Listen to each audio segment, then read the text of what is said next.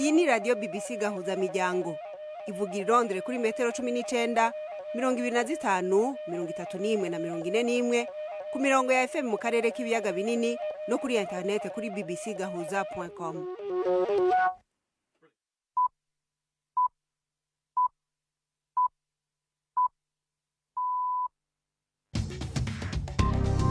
Ubu ni isaha 10 n'igice ku isaha mpuzamakungu ya GMT, isaha 12 n'igice mu Rwanda no mu Burundi, muri kumwe na Florentine Kwizera. Ndabahaye amahoro n'ikaze mwese abakunzi ba BBC gahuza miryango. Izi ni zimwe mu ngingo zigize ikiganiro cacu co kuri uyu wa gatatu itariki 9 z'ukwezi kwa kane muri 2025. Joseph Kabila yahoze ari perezida wa Repubulika ya Demokarasi ya Kongo avuga yuko agiye gutaha gufasha kugarukana amahoro muri ico gihugu inyuma y'imyaka 2 amaze ari hanze. Abanyamerika batatu bari bapfungiye muri Repubulika ya Demokarasi ya Kongo nyene baraye basubiye inyuma yo kudohorerwa igihano c'urupfu bari barahawe. Intambara zimaze igihe muri ico gihugu ca Repubulika ya Demokarasi ya Kongo zagize ingaruka ku mirimo y'ikivuko ca Rumonge kiri mu gihugu kibanyi c'u Burundi, aho bamwe mu bagikoresha mu rudandazwa batanguye gucika intege. Nakorera muri Kongo mu bintu bijanye na commerce, ariko kuva intambara itereye naho naciye mpagarika. Naho wozishora rero ha mu Rumonge nta mahera ariho nkuko twayaronka muri Kongo, kuko ubu ibintu byaraduza, amabaro yaraduza. Naho muri Zimbabwe leta yemeye guhindishi abanyagihugu baho b'abazungu bari baratswe amatongo. Tubafitiye n'amakuru y'inkino muri iki kiganiro gihagarikiwe na Marc Niyonkuru.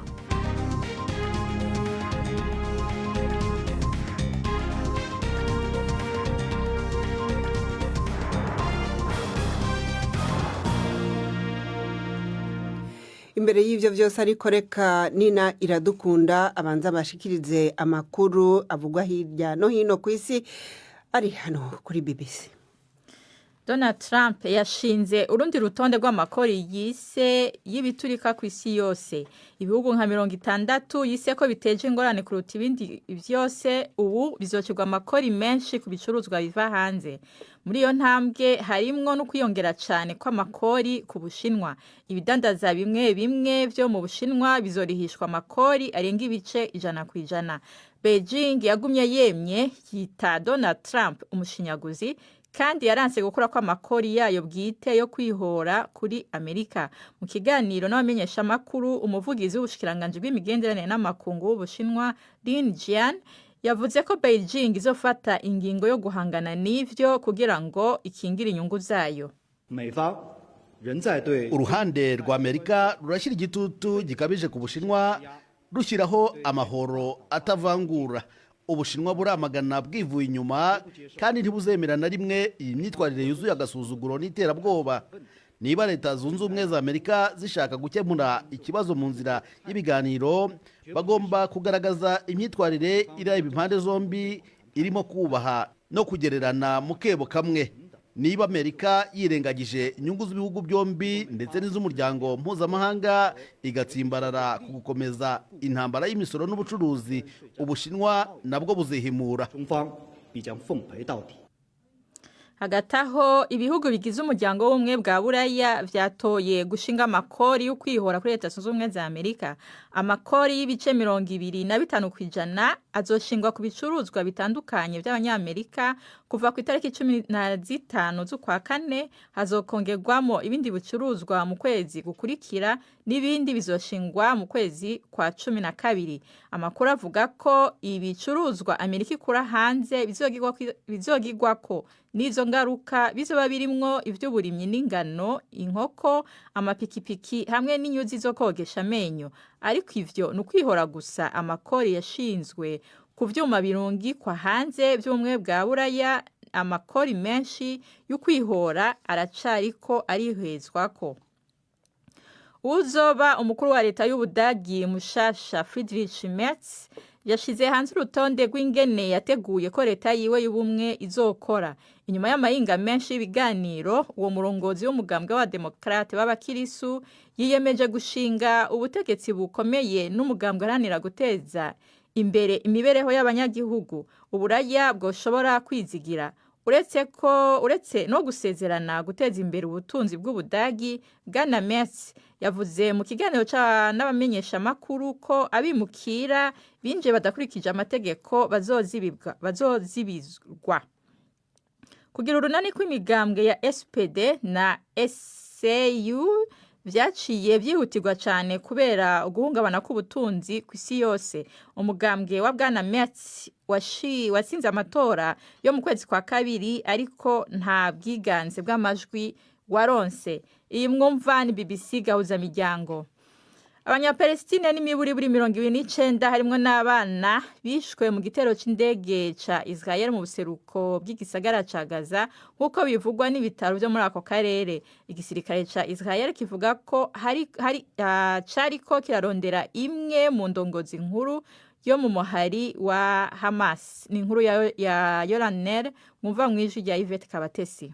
Amashusho ya video agaragaza abo mu miryango ndetse n'abashinzwe ubutabazi bariho bakura mu bisigazwa by'amazu imirambo y'abana bato yuzuye ibitaka. Iyo nyubako y'igorofa igeretseho amazu menshi yari iherereye Ishejaya mu burasirazuba bwa Gaza, ariko abahatuye bemeza ko itariri mu gace Israel yari yategetse ko abaho bimuka mu cyumweru gishize. Igisirikare cya Israel kivuga ko cyari kigambiriye umuyobozi muri Hamas ushinzwe gutegura no gushira mu bikorwa ibitero, kandi ko Israel yari yafashe ingamba zo kurinda abasivile. Hamas yo ivuga ko ari igitero cyo kumena amaraso. Wahozera mukuru w'igihugu ca Congo Joseph Kabila avuga ko azosubira mu gihugu vuba cyane kugira ngo afashe mu kurondera umuti w'intambara mu buseruko yatumye abantu bihumbi amajana bahunga. Bwana Kabila aba muri Afrika y'Epfo kuva mu mwaka w'2023. Abamenyesha makuru bavuga ko ariko aragerageza gusubira mu vya politike mu gihe umukuru w'igihugu Felix Tshisekedi ari kw'igitutu cinshi cyane kubera umugwi w'abagwanyi ba M23. Bwana Tshisekedi yagirije uwamubanjirije gushigikira abo bagwanyi. Leta ya Kongo yitezwe ko iri mu biganiro n'umugwi wa M23 idoha muri iyi ndwi.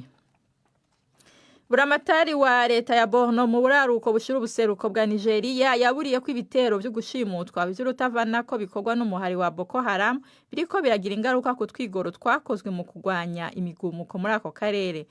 Mu nama y'umutekano yabaye mu mugwa mukuru w'iyo ntara wa Maiduguri, Babagana Umazulu yasavye ko hokongegwa ingufu z'igisirikare zo kugwanya abagwanya b'Kisilamu. Yavuze ko ibirindiro bibiri vya gisirikare vyasambuwe, avuga ko ubwicanyi bukorerwa abasivile n'abasirikare ari ugusubiza inyuma mu buraruko bushira uburengero bishira ubuseruko bwa Nigeria.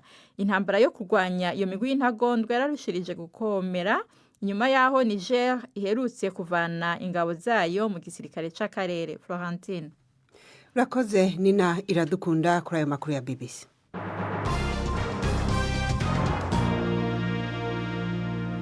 Yarahejeje kubibabwira mu kanya. Nina Iradukunda yuko Joseph Kabila yahoze ari umukuru wa Republika ya Demokarasi ya Kongo avuga yuko agiye gutahuka mu gihugu ciwe inyuma y'imyaka 2 amaze muri Afrika y'Epfo. We yatwaye Kongo imbere ya Perezida w'ubu Felix Tshisekedi, akavuga yuko ikimutahukanye ari ugufasha gugarukana amahoro muri ico gihugu mu minsi iheze yavuze ko kiri mu guturika kubera intambara. Leta ya Kongo imwagiriza gushigikira urunani AFC rurimwo umuhari M23 uhanganye na leta ya Kongo mu buseruko bw'ico gihugu. Reka iyi nkuru tuyibaze mugenzi wacu Prime Ndikumagenga ari Nairobi. Joseph Kabila hadakunze kuvugira mu binyamakuru canke ku mugaragaro ivyo gutaha kwiwe, vyemejwe n'ibinyamakuru Jeune Afrique na RFI bivuga ko vyaronse urwandiko rwiwe abivugamwo. Inyuma y'imyaka 5 ari mu gacerere, Kabila yongeye kuboneka mu binyamakuru mu kwezi kwa kabiri guheze, aho yavuga ko igihugu ciwe kiri hafi guturika kubera intambara y'imbere. RFI na Jeune Afrique bivuga yuko muri urwo rwandiko rwiwe avuga yuko agiye gutaha mu misi iri imbere kuko igihugu cifashe nabi mu rwego rw'umutekano no mu zindi nzego zose z'ubuzima bw'igihugu, akaba ajanywe no gufasha kurondera inyishu. Nta sango nyaryo Kabila atanga ryaho azotahira, gusa avuga yuko azotaha bidatevye ahereye mu buseruko bw'igihugu. ntibizwi niba azoshikira mu ntara ya Katanga ahasanzwe afise abamushigikiye benshi canke mu ntara za Kivu zirangwamwo intambara hagati y'ingabo za leta na Kongo n'umuhari AFC urimwo M23 bivugwa ko ushigikiwe n'u Rwanda. Leta ya Kongo isanzwe yagiriza Joseph Kabila gushigikira urwo runani. Abihweza ibintu n'ibindi bavuga yuko inyuma yo gushika ku butegetsi Perezida Felix Tshisekedi yanse gukurikiza amasezerano y'ibanga yabaye imbere y'amatora hagati yawe na Kabila y'ingene bari gusangira ubutegetsi amaze kumubisako mu 2019. Ivyo vyaje kwemezwa na Corneille Nangaa, ubu ariwe mukuru wa AFC M23. Ico gihe niwe yari umukuru w'umugwi ujejwe amatora, aho Tshisekedi yatahukanye intsinzi yabayemwo impari nyinshi. Ariko igihe Nangaa yavuga bimwe mu byari muri ayo masezerano, uruhande rwa Tshisekedi rwarabihakanye ruvuga yuko ari binyoma. Joseph Kabila ni umwe mu bantu bafise ijambo rikomeye muri politike muri Kongo, akagira n'abamushigikiye benshi. Uruhande azoshikiramwo niyo yamara gutaha nirwo ruzokwerekana ahahengamiye canke ko ari hagati na hagati. Pkimendi ku Magenge, BBC Gahuza Miryango, Nairobi. Tukiri mu makuru yerekeye Republika ya Demokarasi ya Kongo, Abanyamerika batatu baraye basubiye iwabo inyuma yo kudohorerwa igihano kijanye n'uruhara mu kugerageza gutembagaza ubutegetsi muri ico gihugu bwaburijwemo mu mwaka uheze. Hari hashize indwi Perezida Felix Tshisekedi adohoreye igihano c'urupfu abo batatu, no kuvuga Marcel Malanga Malu, Tyler Thompson na Zalman Palon Benjamin Reuben cahinduwe gupfungwa ubuzima bwose. Ni inkuru iri ku rubuga rwa BBC mushikizwa na Siriake Muhawe nayo. Kuwa kabiri w'indwi iheze Perezida Felix Tshisekedi yari yadohoye igihano c'urupfu akigira ico gupfungwa burundu kuri Marcel Malanga Malu, Tyler Thompson na Zalman Palon Benjamin Reuben. Itangazo ryo mu biro vy'umukuru w'igihugu wa Kongo ryasohowe kuri uyu wa kabiri rivuga ko igihano cabo co gupfungwa burundu bagiye kwikibandaniriza iwabo muri Leta Zunze Ubumwe za Amerika. Ibibaye nyuma y'urugendo rwa Masad Boulos, umuhanuzi mukuru wa Perezida Donald Trump kuri Afrika, yagize i Kinshasa mu ndwi iheze, aho yaganiriye na Perezida Tshisekedi ku bintu bitandukanye harimo n'amasezerano yo kwimba ubutare n'ubudandaji. Itangazo rivuga ko abagabo ko ari batatu barekuwe mu gitondo cyo kuri uyu wa kabiri bisabwe n'ubushikiriza manza. Mu kwezi kw'icenda mu mwaka uheze, abantu 37 barimwo Abanyamerika batatu, Umwongereza umwe, Umubirigi n'Umunyekanada baciriwe igihano c'urupfu inyuma yo guhamwa n'icaha co kugerageza gutembagaza ubutegetsi bwa Perezida wa Kongo Felix Tshisekedi. Bagijwe kugira ibitero ku ngoro ya Perezida no kumuhana wa Vital Kamerhe, umukuru w'inama nshingamateka ya Kongo. Christian Malanga, Umunyamerika akomoka muri Kongo, akekwa kuba ariwe yararongoye abo bashaka gutembagaza ubutegetsi, we yiciwe muri ico gitero. Siriake Muhawe nayo, BBC Gahuza Miryango, Nairobi. Twerekeze mu Burundi. Intambara zimaze igihe muri Republika ya Demokarasi ya Kongo hagati y'ingabo z'ico gihugu n'umuhari M23 zaragize ingaruka ku mirimo y'ikivuko ca Rumonge kiri aho mu gihugu kibanyi c'u Burundi. Nkuko bimenyeshwa n'ubuyobozi bw'iki kivuko mu mezi abiri aheze, ngo niho ibintu vyunyutse kurusha kubera bumwe mu bwato bwahora buzana ibidandazwa bwari busigaye buzana impunzi. Izi ntambara zaragize kandi n'ingaruka ku badandaza ubwabo, baba abarundi canke abanyekongo bakorera hagati y'ivyo bihugu vyompi. Bamwe babwiye BBC Gahuza Miryango yuko imirimo yabo yahagaze. Jidas Ihundimpundu yarishikiye mu Rumonge maze adutegurira inkuru ikurikira. Aha ni ukivuko ca Rumonge. Abakozi bariko barapanga amakazi y'inzoga z'ihinguriro Brarudi zigira zijabukanwe muri Republika ya Demokarasi ya Kongo. Utereje amaso mu kiyaga Tanganyika nko ku metero 40, uhabona ubwato bugera kuri 5 buhagaze. Bumwe burindiriye gupakira kugira bufata inzira bwerekeza muri Kongo. Ubundi nabwo buriko barapakurura ibidandazwa, hakaba n'ubuhejeje gushikana ingenzi. Nubwo iboneka ko imirimo yifashe neza kuri iki kivuko, abadandaza baturuka muri Kongo ntibanezerewe.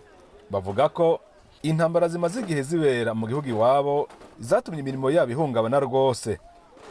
Balenga Lukendeza yamuka mu karere ka Baraka, numwe muri bo akaba ari karapakurura ibidandazwa. siku hizi biashara haviendi, yani tulikuwa tunapata watu. Muri iyi minsi urudanazo gwifashe nabi cyane. Twahora turonka abakiriya baturuka za Bukavu na Goma baje gutora nk'inzoga bajana muri za Masisi na Maniema, ariko ubu abo bose ntibakiza. Ntibakironka baca kubera umutekano muke urangwayo. Intambara zitaraduka mu ndimwe gusa umuntu yaba yahejeje kugurisha ivyo yaranguye byose, ariko ubu n'ukwezi kurahera bitararonka abakiriya bila hata kabisa muzigo ule upeleka kuisha. Ikindi kibangamiye aba badandaza bo muri Kongo ni ubukene bw'amafaranga y'agaciro. Safari ya Kombalebo yamuka Ifizi. Hali ya vita ni vile sababu njia nyingi zimeziba. Uko iby'intambara byifashe, inzira nyinshi zo mu misozi ntizikigenda. Abakiriya bacu bari basanzwe bavayo ntibakiza. No ku ruhande rwa Uvira nuko nyine bimeze. Igihombo cya mbere tugira ni ibicuruzwa bitakiza. Icya kabiri nacyo ni amadolari atakiboneka habe na make. Dola zenyewe kupatikana mzunguko wa dola ni mkumbu. Uretse abanyekongo, hari n'abanyarumonge bahora barangurira imirimo y'ubudandaji muri Kongo. Bavuga ko bataye bakomoka kubera intambara zirangwayo kandi ko ubu babayeho nabi. Onezime Manirakiza yahora adandaza impuzu. Nakorera muri Kongo mu bintu bijanye na commerce, ariko kuvaho intambara itereye naho naciye mpagarika. Naho wozishora rero ha mu Rumonge nta mahera ariho nkuko twayaronka muri Kongo, kuko ubu ibintu byaraduza, amabaro yaraduze. Ariko yugiye kudandariza mu kindi gihugu kiri hakurya, tuvuge nk'ibaro waguze 700, tuvuga ashobora kwidanaza nk'idolari nk'ijana na 30, 150 ugasanga ari akarusho. Ariko ngaho usanga kugira ukore nk'ayo 700 birakugora. Nahisemwe je kureka ndicaye. Ubuyobozi bw'ikivuko ca Rumonge buremeza ko intambara ziriko zibera muri Kongo hagati y'ingabo z'ico gihugu n'umuhari M23 zagize ingaruka ku mirimo yaco. Ariko Agripine Nduwimana arongoye ico kivuko avuga ko ubu ari mitende. Kubera hariya hari umutekano muke, haraciyeho akantu gatonyi kuko amato tarakeza ku murindi uyahoraza. Ku kwezi kwa kabiri cyane byaribonekeje yuko umurindi wabaza gutora ibidandazwa cyane abakongomani aya mato waragabanutse. Ariko ubu turumva yuko umengo ibintu byarahindutse naho nyene, barasubiye kubura yuko umurindi wasubiye kuza kwa kundi byahora nka kera. Uwo mutegetsi ntatomora neza uruhombo rwabaye ingene rungana mu mafaranga, ariko amenyesha ko ibintu vyifashe neza. Buri munsi kivuko cakira n'imiburiburi ubwato butatu bunini. Gildas Yihunda Impundu mu Rumonge. Arakoze Gildas Yihunda Impundu. Inkuru yiwe dushikanye ku isaha imwe iburi minota 13 mu karere k'ibiyaga binini. Ndi Florentine Kwizera. BBC gahuza miryango Igoma ni kuri FM 93 n'ibice 8. Gahuza miryango ibajane muri Zimbabwe, aho leta yatangaje yuko igiye guhindici y'amadolari arenga gatoya miliyoni 3 abanyazimbabwe b'abazungu bakuwe mu matongo yabo harashize imyaka 20. Ibi bikurikiye indishi yari yahawe abagwizatunga b'abanyamahanga mu kwezi kwa mbere, bo amatongo yabo yari afise ubwishingizi hakurikijwe amasezerano yo gushora imitahe hagati y'ibihugu. Kuva mu mwaka w'2000 ibihumbi by'abarimyi b'abazungu barakuwe mu matongo yabo hishimikijwe politike ya leta yo gukosora ivyakozwe mu gihe c'ubukoroni byo kwigarurira amatongo. Ni inkuru ya Shangaye Nyoka mushikirizwa na Jean-Claude Mwambutsa. Ibi byashimwe nk'intambwe y'ingenzi. Zimbabwe yakomeje kugorwa no kubahiriza amasezerano y'impozamarira yasinyanye n'abahinzi b'abazungu mu mwaka wa 2020. Yatangaje igice cya mbere kingana na miliyoni 3.1 z'amadolari agomba kwishyura amasambu akabakaba 400. Ni igice gito cyane kuko ari 1% by'agaciro k'ingurane yose isabwa. Igice gisigaye kizishyurwa binyuze mu mpapuro mpeshamwenda z'agaciro. Uhagarariye abahinzi yabwiye BBC ko iyi ari intambwe nziza itewe. Zimbabwe yahanganye n'ibihano byo mu rwego rwa politiki n'ubukungu yashyizweho n'ibihugu bikomeye kubera iri fatira ry'ubutaka. Undi muhinzi Harry Offenides yabwiye BBC ko noneho abahinzi benshi biteguye kwemera iyi mpozamarira. Muri rusange abahinzi 740 nibo byemejwe ko bagomba guhabwa iyi ngurane. mu mwaka w'ibihumbi 2020 Zimbabwe yasinyanye n'abahoze ari abahinzi b'abazungu amasezerano y'impozamarira yo kwishyura ibikorwa remezo, inyubako ndetse n'ibikoresho. Guverinoma ariko yanze kwishyura ubutaka kuko yavuze ko bwari bwarigaruriwe n'abakoloni mu buryo butanyuze mu mucyo. Yashyize imbere ikibazo cy'amasambu y'abantu bari mu mahanga binyuze mu bindi biganiro. Minisitiri w'Imari Muturi Ncube yavuze ko igikorwa cyo kwishyura kizakomeza, agira ati kwishyura ibirarane byacu bizatuma dushobora kwinjira mu ishoramari rirambye rikenewe cyane mu bikorwa remezo ndetse n'ibindi bikorwa by'ishoramari. Inkuru ya Shinganyoka. Reka ubu naho dutega amatwi yavugwa mu nkino mushikirizwa na Alain Majesté Barenga. Imikino kuri BBC Gahuza Miryango. Mwiriwe mwese bakunzi b'inkino kuri radio BBC Gahuza Miryango, kaze muri amakuru y'inkino ahanini aza kwibanda mu gice ca kane gishica nyuma c'igikombe ca Buraya c'imigwi yabaye ya mbere iwabo Champions League, aho ku munsi w'ejo umugwi wa Real Madrid wo muri Espagne umaze gutwara ico gikombe inshuro 15 zose, weretswe ko intama yambagwa n'imikangara ya Arsenal imenyerezwa na Mikel Arteta yo mu Bwongereza. Mu rukino rwabereye ku kibuga ca Emirates Stadium c'umugwi wa Arsenal yaribuza abakinyi b'ijunja bayo nka Gabriel Jesus, Alves n'umukinyi w'inyuma wayo Gabriel Magellan ntiwigeze ujugumira imbere y'ijunja rya Real Madrid ifise ibihangange nka Kylian Mbappé, Bellingham, Vinicius n'abandi. Mw'ijoro ryo ku munsi w'ejo Arsenal yabagiye ibisigo umugwi wa Real Madrid mu kunyagira ibitsindo 3-0. Ibitsindo byose byabonetse mu gice ca kabiri. Umukinyi Declan Rice wa Arsenal hagati yongera zibirasa n'uwari Amavubi kuko ku munota 58 ku metero 25 yateye kufra nziza. Umunyezamu w'umubiri Thibaut Courtois Samira Real Madrid akaba atabonye umupira ukamanganiye. Igitsindo ca mbere kiba kirinjiye hadaciye iminota 12. Declan Rice yariyongeye atsindiye indi kufra ku munota 70. Ibitsindo bibaye 2-0. Gutyo umusore w'umwongereza wa Arsenal abayinjiye mateka mu bakinyi 5 binjije ibitsindo 2 kuri kufra mu nkino za Champions League, inyuma y'abanya Brazil Rivaldo na Neymar hamwe n'umunya Portugal Cristiano Ronaldo na Hakim Ziyech w'umunyamaroc.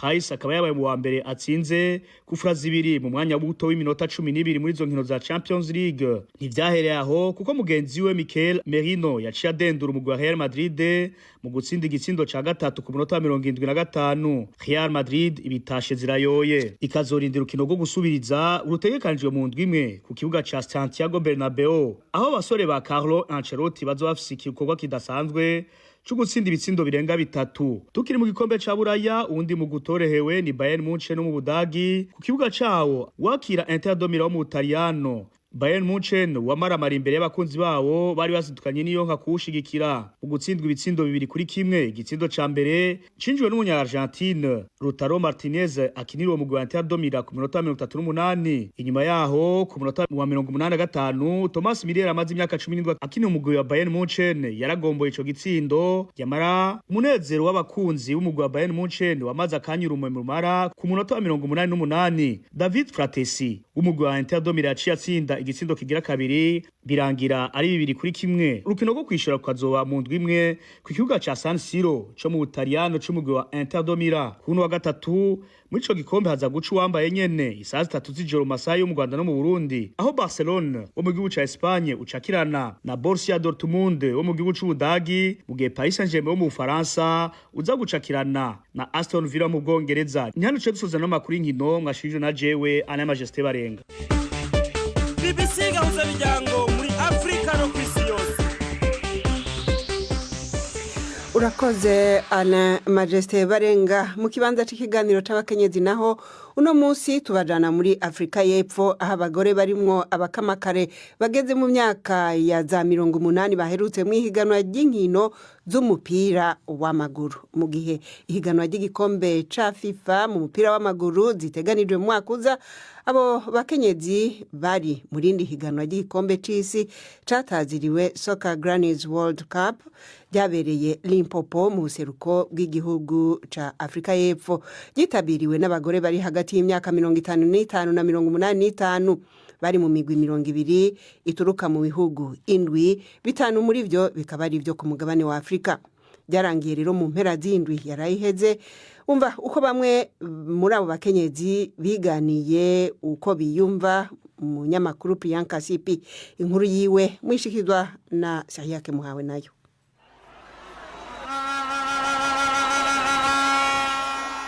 Abakunzi b'umupira w'amaguru bari bashwabadutse gushigikira imigwi bitwaje ingoma n'urumbeti ntibahengeshanya gutera intege abakinyi bari mu kibuga Irumpopo muri Afrika y'Epfo. Warukino rusanzwe ariko iri sihiganwa risanzwe. Iki ni igikombe c'isi c'umupira w'amaguru c'abatamakazi bafite imyaka iri hagati ya 55 na 85. Mfise imyaka 60 y'amavuka. Nayihimbaje mu kwezi kwa kabiri. Kuri Anani w'imyaka 60 umupira w'amaguru ni ikintu kirenze cyane urukino gusa. Bituma tuguma dufise amagara meza. Nahora nguma mfata imiti y'ingwara idakira.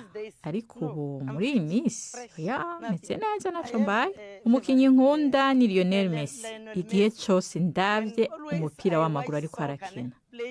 Mvugane iyaba nari nkiri muto kandi nkaba umugabo. Bankora nk'ivyakora.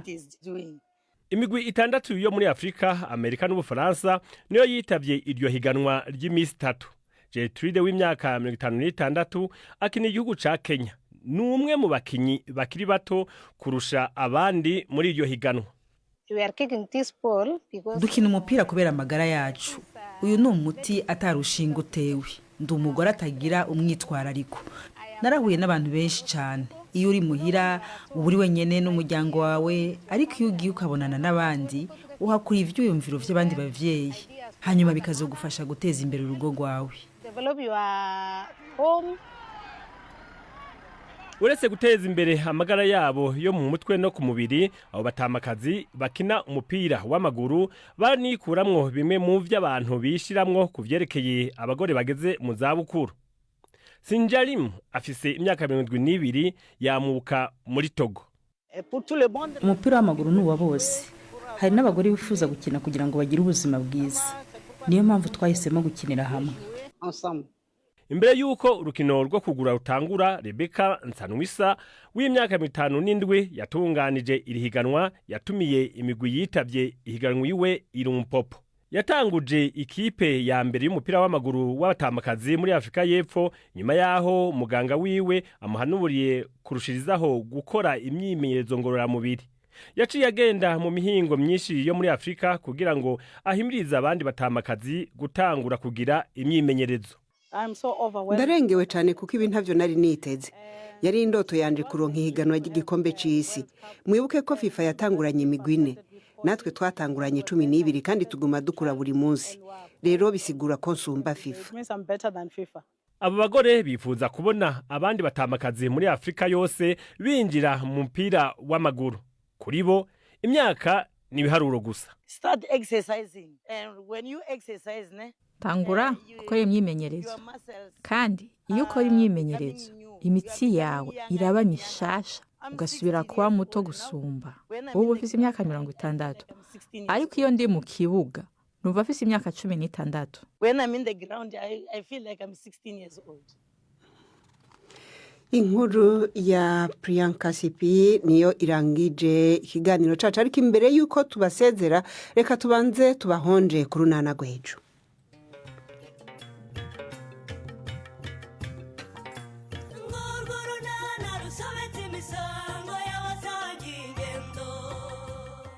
Mu kiganiro runana cyo kuri wa kane twabateguriye Honorine cyakora uzi guhamagara da kumbe ndaguhamagara nyubuka nyihorera Torere ibi ni bikira Honorine ibi ni bikirimo ibyo ndimo se ntubibona ubu se urimo gusasa n'ubwanjye n'umwana wanjye Kareme hanyuma usanzwe urara habaye ni 12:45 kuri BBC. Ico habaye rero muzocumva ejo ntimuze mutangwe twebwe mu kiganiro cuno munsi tukaba tubasezeye ariko abatatanguranye natwe tubabwira yuko Joseph Kabila yahoze ari perezida wa Repubulika ya Demokarasi ya Kongo yavuze yuko agiye gutahuka mu gihugu inyuma y'imyaka 2 ari hanze gufasha kugarura amahoro muri ico gihugu. Ico gihugu nyene carekuye abanyamerika 3 bari baraciriwe igihano cyo rupfu mu nyuma kigahindurwa gufunga ubuzima bwose kugira ngo baje kukibandaniriza muri Amerika. Na rero ndabasezereye mwari kumwe na Florentine Kwizera mwakoze gukurikira BBC Gahuza Miryango.